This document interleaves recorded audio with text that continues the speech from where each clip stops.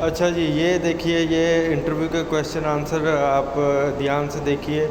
इसमें सेक्शन 1 में क्या कह रहा है, मल्टीपल चॉइस हैं। जो 1 है, what is the grade of supplied air for hood respirator during abrasive blasting. जो अब्रेसिव ब्लास्टिंग है उसके दौरान आपने जो डी शेड्यूल का डी ग्रेड का जो है वो सप्लाइड एयर हुड यूज़ करना है। और 1.2 में कह रहा है who is allowed to perform abrasive blasting. ये सी नंबर है, Saudi Aramco certified employees and contractor. और 3 पे flammable material storage area can not be located at 50 feet जो है वो अदर बिल्डिंग और स्ट्रक्चर के डिस्टेंस जो है वो होना चाहिए। और 1.4 पे keep storage area cylinder separated fuel gas cylinder 20 feet और 5 फीट का जो है ये है। तो ये एग्ज़ाम है, ये एग्ज़ाम आपने जो है वो तैयार करना है। इसी में से 80% जो है वो आगे एग्ज़ाम आ जाएगा।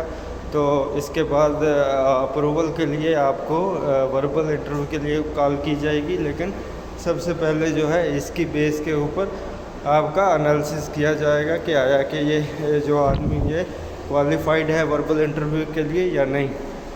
अगर तो 80% से अबव मार्क्स हैं आपके आ जाते हैं तो फिर आपको क्वालिफाई किया जाएगा वर्बल इंटरव्यू के लिए। अदरवाइज़ आप क्वालिफाई नहीं कर पाओगे तो फिर वहीं पे डिस्कनेक्ट कर दिया जाएगा सिलसिला। या 1.10 पे कह रहा है which is the correct procedure to de energize electrical circuit. De energize करने के लिए इलेक्ट्रिक सबसे पहले जो है वो लॉक किया जाता है, फिर टैग किया जाता है, फिर उसको क्लियर करने के लिए चेक किया जाता है, उसके बाद फिर ट्राई किया जाता है कि आया कि एनर्जाइज है या वो डी एनर्जाइज हो गया है। और 11 पे कह रहे हैं crane operation shall be stopped at, जो है वो मैक्सिमम जो क्रेन की स्पीड लिमिट है, विंड स्पीड है वो 32 है। 32 से अबव हो जाएगी तो फिर जो है वो ऑपरेशन रोकना पड़ेगा, लिफ्टिंग रोकनी पड़ेगी, क्रेन एक्टिविटी जो है वो सस्पेंड हो जाएगी। और 12 पे क्या कह रहा है, contractor shall provide 1 toilet to every 15। Saudi Aramco में जो कॉन्ट्रैक्टर है वो इस चीज़ का पाबंद है कि वो 15 वर्कर्स के लिए एक टॉयलेट अरेंज करेगा। When there are opening of in roof and edge of roof, fall hazard exist, barricade must be installed capable of withstanding 2000। अच्छा, 2000 LBS या 91 kg का गार्ड रेल जो है वो आपने इंस्टॉल करना है ताकि वो 91 kg फोर्स जो है उसको बियर कर सके। 14 पे कह रहा है सऊदी अरामको सैनिटरी कोड जो है इनमें से कोई भी नहीं है। और 15 पे चलते हैं, विच answer is incorrect. Contractor safety officer shall be the only person responsible for health and safety worker. जो है हेल्थ एंड सेफ्टी वर्कर्स की या किसी भी स्टाफ की जो है खुद उनकी अपनी ज़िम्मेदारी होती है। सेफ्टी ऑफिसर ज़िम्मेदार नहीं होता, लेकिन जो है उसने साइट इंस्पेक्शन करके फिर ऑब्जर्वेशंस करनी होती हैं, हैज़र्ड आइडेंटिफाई करना होता है और फिर उसकी जो है रिकमेंडेशन देनी होती है करेक्टिव एक्शन के लिए, और इसके बाद जो है वो फॉलो अप करना होता है। उसके बाद फिर स्टेटस क्लोज होता है।